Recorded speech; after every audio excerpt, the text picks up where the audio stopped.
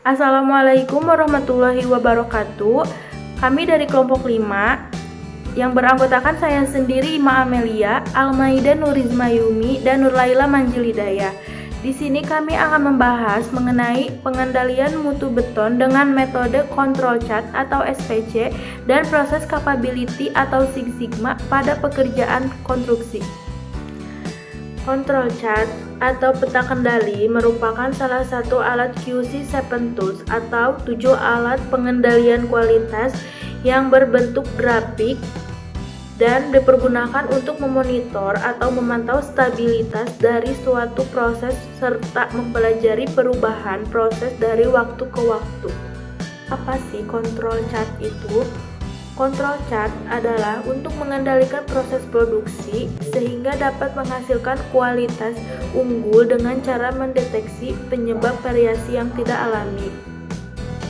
Latar belakang dari jurnal yang kita ambil di sini yaitu Provinsi Jawa Timur yang begitu luas, terdiri dari 38 kabupaten atau kota, harus diimbangi dengan infrastruktur jalan yang memadai. Tapi tidak semua jalan dan jembatan yang menghubungkan kabupaten dan kota di Jawa Timur ini telah memadai, terutama jalur lintas selatan. Padahal pembangunan jalur lintas selatan Jawa Timur ini mulai tahun 2002. Jika tuntas pembangunannya, maka jalur ini membentang mulai sisi barat Pacitan hingga sisi timur Banyuwangi, sepanjang 608,8 km. Dana yang dibutuhkan untuk proyek pembangunan jalur lintas selatan amat besar, diperkirakan hingga 7,8 triliun rupiah, estimasi tahun 2010. Oleh karena itu, berkaitan proses proyek atau manajemen proyek dan rekayasa konstruksi, terutama pada pelaksanaan konstruksi dinding penahan atau retaining wall, maka peneliti berusaha mengadakan pengamatan observasi tentang perencanaan dan pengendalian mutu beton pada pelaksanaan pekerja tersebut. Dengan inti kajian mengenai pengendalian mutu beton menggunakan grafik kendali atau control chart dan grafik kapabilitas proses atau proses capability. Lalu selanjutnya yaitu rumusan masalah. Di sini rumusan masalahnya yaitu sejauh mana kuantitas beton yang telah diproduksi apakah sudah sesuai dengan mutu beton yang diharapkan. Dan di sini ada tujuan penelitian, yaitu mengetahui faktor-faktor pengendalian mutu beton yang berpengaruh signifikan terhadap pencapaian kerja proyek. Assalamualaikum warahmatullahi wabarakatuh. Izin memperkenalkan diri, nama saya Almaida Nurizma Yumi.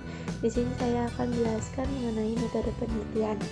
Baik, langsung saja. Yang pertama adalah perencanaan dan pengendalian proyek, di mana proses pengendalian proyek dibuat guna mewujudkan performa yang baik di setiap tahap kegiatan, di mana proses perencanaan dibuat sebagai bahan acuan bagi pelaksanaan pekerjaan. Bahan acuan tersebut selanjutnya akan menjadi standar pelaksanaan pada proyek yang bersangkutan seperti spesifikasi teknik atau mutu konstruksi, lalu ada jadwal dan juga ada anggaran. Maka untuk dapat melakukan pengendalian perlu adanya perencanaan, di mana di sini upaya pengendalian adalah proses pengukuran, evaluasi, dan membentuk kinerja proyek. Adapun 3 unsur yang perlu dikendalikan dan diukur dalam proyek konstruksi yaitu kemajuan atau progres fisik yang dicapai dibandingkan terhadap kontrak, ada pembiayaan terhadap rencana anggaran, lalu mutu hasil pekerjaan terhadap spesifikasi teknik. Lalu yang kedua adalah pengendalian mutu, di mana pengendalian kualitas atau kendali mutu adalah usaha pengawasan dan tindakan turun tangan pada suatu pelaksanaan pekerjaan dengan tujuan hasil pekerjaan tersebut sesuai ketentuan yang telah ditetapkan atau disepakati dengan menghasilkan produk semurah mungkin dan memenuhi kebutuhan pengguna. Sedangkan sistem pengendalian kualitas atau quality management system adalah pengendalian terhadap keseluruhan kegiatan dan aktivitas yang ada dalam perusahaan yang meliputi input, proses, dan output untuk perbaikan kualitas produk. Lalu yang ketiga adalah peningkatan mutu. Peningkatan kualitas atau quality improvement adalah tindakan perbaikan yang dilakukan untuk mengurangi variasi pada proses dan produk, di mana titik potensial pada proses dan produk adalah tahapan-tahapan proses yang perlu dilakukan dengan hati-hati dan penuh ketelitian, karena kesalahan pada tahap ini dapat mengakibatkan produk menjadi cacat atau defect. Lalu yang keempat adalah proporsi campuran beton. Di sini karena kita akan membahas mengenai konstruksi, maka kita harus mengetahui komposisi campuran beton pada dinding penahan atau retaining wall, di mana semen sebanyak 8,5 sak, lalu ada air sebanyak 170 kg, lalu pasir 682 kg, dan batu pecah sebanyak 1113 kg. Di sini meskipun beton dibuat dengan proporsi atau presentasi komposisi yang sudah tertentu, bisa saja terjadi variasi dari satu takaran ke takaran yang lain.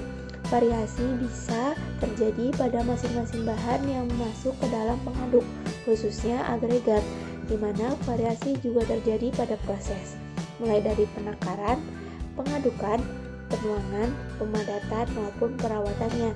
Variasi juga bisa terjadi akibat pengambilan dan pengujian contoh pada benda uji beton. Lalu yang terakhir adalah grafik kendali. Berkaitan dengan kekuatan beton, grafik kendali digunakan untuk mengetahui fluktuasi atau stabilitas hasil tes kuat tekan pada tiap benda uji yang diamati. Artinya, grafik kendali dapat menggambarkan variasi data sehingga dengan cepat diketahui bila ada penyimpangan sampel dari batas-batas kendali.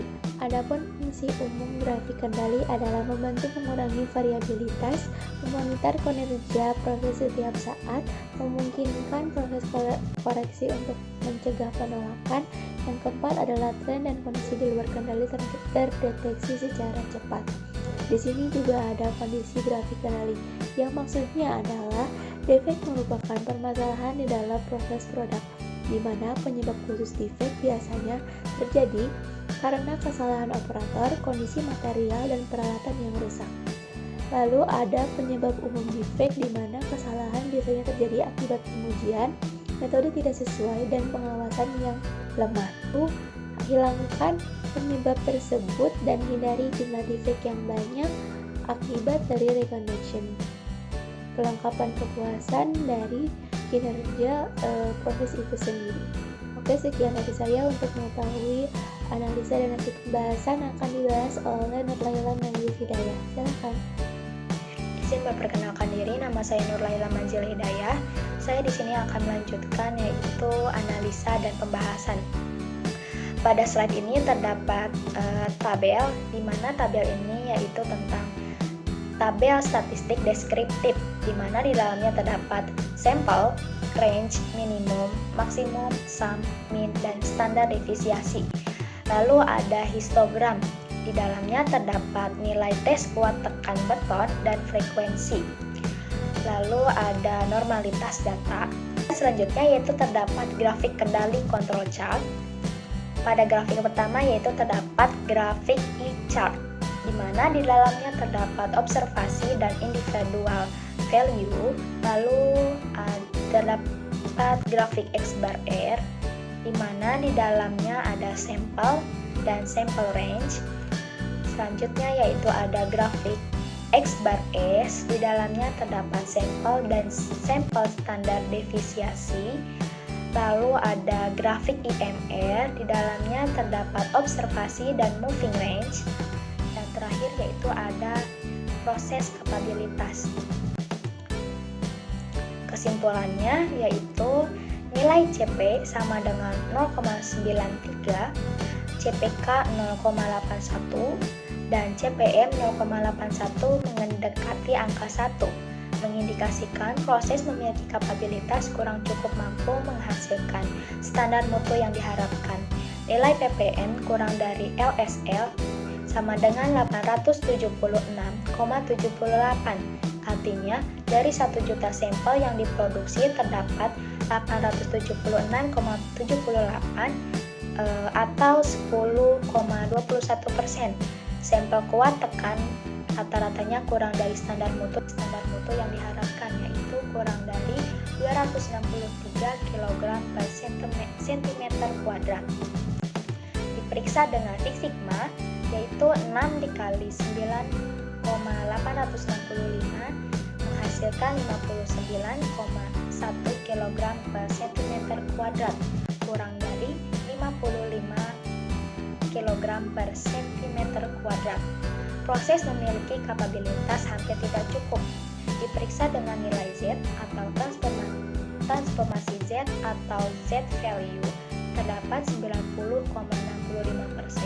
Data berada antara 250 kg per cm² dan 300 kg per cm² atau 9,35% berada kurang dari 250 kg per cm², serta memiliki probability of defect sebesar 0,83%. Artinya, probability dalam SIG yaitu 0,0083 kurang dari 0,05 atau 5%. Dapat disimpulkan bahwa nilai hasil tes kuat tekan beton 241 sampel tersebut masih memenuhi standar kinerja mutu yang diharapkan, meskipun proses memiliki kapabilitas hampir tidak cukup. Selanjutnya yaitu ada kesimpulan penulis bahwa kontrol cat ini sangat diperlukan untuk suatu proses analisis. Dengan kontrol cat, suatu masalah dapat ditelusuri. Berdasarkan dari jurnal, dapat dilihat bahwa apabila penyelenggara proyek merasa bahwa indeks kapabilitas proses dan di dalamnya terdapat CP, CPK, dan CPM tersebut dapat terpenuhi, maka kinerja proyek konstruksi yang dihasilkan akan semakin baik pula. Sekian dari saya, terima kasih. Sekian presentasi dari kelompok kami. Mohon maaf bila ada salah kata. Wassalamualaikum warahmatullahi wabarakatuh.